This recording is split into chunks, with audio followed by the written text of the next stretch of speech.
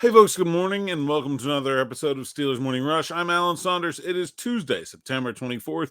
Today we're going to talk to Steelers head coach Mike Tomlin on the South Side around noon as he breaks down the matchup with the Indianapolis Colts for Week 4. And also, maybe we'll get some clarity on this rash of injuries for the Steelers, including running backs Najee Harris and Jalen Warren, outside linebacker Alex Highsmith, and some others that are banged up in the aftermath of their 3-0 start and win over the Los Angeles Chargers on Sunday. Today, I'm going to answer a question that has been a very popular one on this channel for a couple weeks now. Just was trying to find the right time to get to it. I think today's it. And that is, what is up with the huge increase in illegal formation penalties in the NFL? And how exactly do you tell if someone is on the line of scrimmage? And so we're going to start there and see where this takes us. But the NFL rule is that you have to have 7 players on the line of scrimmage. In traditional formations, that will be all 5 offensive linemen plus 1 receiver on either side. Okay. Now, you can't have more than 7 players on the line of scrimmage, but you have to have at least 7. And also, you have to have 1 on either side of the last ineligible player. Okay. So when you have 7 guys on the line of scrimmage, the center 5 are ineligible. So what does that look like? Let's get the whiteboard out here, folks. When you have a traditional formation, wide receiver, okay, here we have a tight end, there's a flanker, there's 2 running backs. Okay, we have 7 players on the line of scrimmage. Player 1 and 7 are eligible receivers. Okay, the rest are ineligible by their lineup. It doesn't matter what position they are. If you move this tight end here, okay, now he's player 2. This tight end now becomes ineligible, even though he's wearing 88. And this right tackle becomes an eligible player, even though he's wearing 77. Okay. So the 7 players on the line of scrimmage and the 2 end players are eligible. So a lot of times you'll see, to prevent this, we're going to move this tight end down here and move this wide receiver up here. And that gets you 7. Now, this has been the NFL rule forever, and nothing has changed about how many guys you have to have on the line of scrimmage. And the Steelers were guilty of this against the Colts, where you could see very clearly in the replay, they had Connor Hayward in a wingback position here, and they had Calvin Austin come in motion this way and was still right here when the ball was snapped. And there's not enough players on the line of scrimmage. 6. So if you only have 6, you get a flag. If you have 7, but they're not the traditional 7, you're just changing who is eligible. Now, an ineligible player can't go downfield. So if you had this, if you have a player covered up, this is what that means. This player is covering the tackle. They're both in the line of scrimmage. So eligible, ineligible. If you have a player that's covered up and they go downfield, let's say we have a tight end here, they're ineligible. They can't go downfield. It's an eligible player downfield penalty. But this diagram, which kind of looks like, the book looks like, is not what players often look like. Traditionally, maybe this is how it looked. But in real life, this is not how these offensive linemen line up. Okay? They line up more like this. Okay. And the rule about whether you're on or off the line of scrimmage can start to look a little confusing. These guys are still on the line of scrimmage.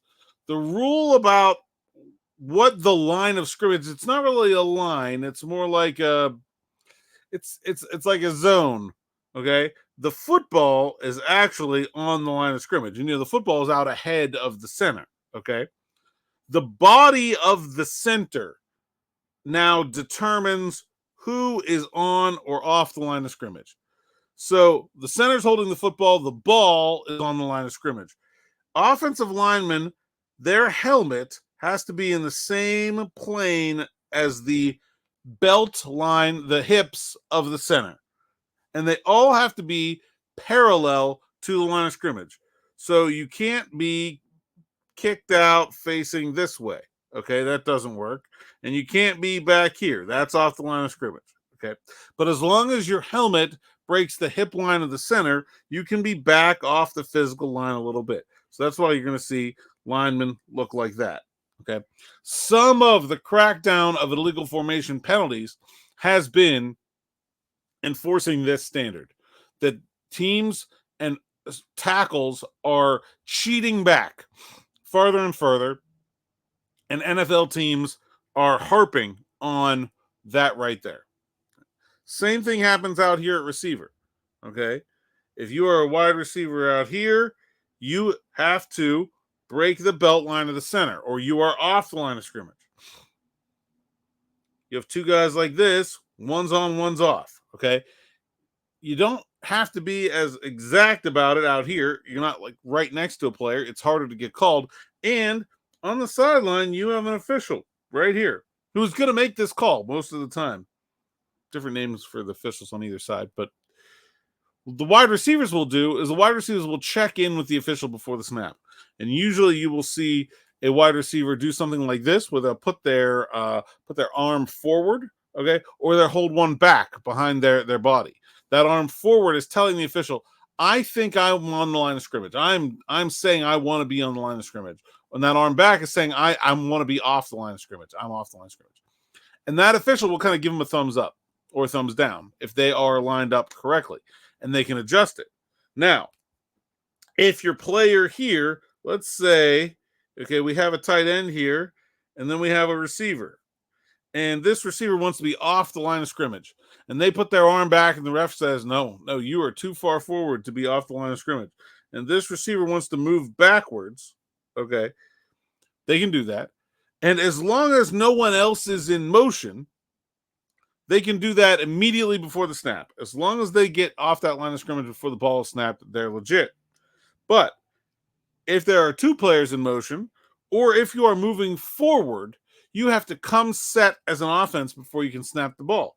So if I'm here and I move forward to get on the line of scrimmage, technically it's a second. It doesn't need to be a whole second, but there has to be a significant pause where all of the offensive players have stopped moving after I come forward before the ball is snapped. So this is a timing thing. You can't just look at the ref and say, oh, I need to move up. Move up. If the ball's being snapped, then it's a false start. So why do teams get so many of these penalties? Well, like I said, the NFL is cracking down on alignment this year. It's been a part of the rule book, a rule emphasis this season. Some of it is just laziness from wide receivers, right? They don't want to check in with the ref, or they're not looking down the line of scrimmage correctly at the ball and lining themselves up right. Some of it is offenses that want to go fast, right? This process takes a little bit of time. When you break the huddle, the linemen don't have very far to go. The wide receivers have to get all the way out here, and then by the time they're getting lined up, they're ready to snap the ball. And sometimes they don't wait for the wide receiver to actually be able to look and, okay, I'm good. And then I think the final part of this is, the more formations and the more formational adjustments you have, the more people get confused. That's what happened to the Steelers the other day, is that you had Connor Hayward here and you had Calvin Austin coming here. Connor Hayward actually turned to Justin Fields and was like, hey man, something's not right. There's nobody covering up the tackle here. We don't have enough guys on the line of scrimmage. But like I said, he can't move forward without getting Justin Fields' attention, because Fields is about to snap the ball, and it's going to be a penalty anyway. He has to get Justin Fields' attention to let him know that, hey, something here is wrong. You need to give me time to get up on the line of scrimmage so that we can reset and then snap the ball. When Fields didn't give him that time, he did the right thing by not moving forward. Now, who was in the wrong? Was it Hayward? Was it Austin? Was it somebody else entirely? It's impossible for us to know. But that is why you are seeing a lot of formation penalties.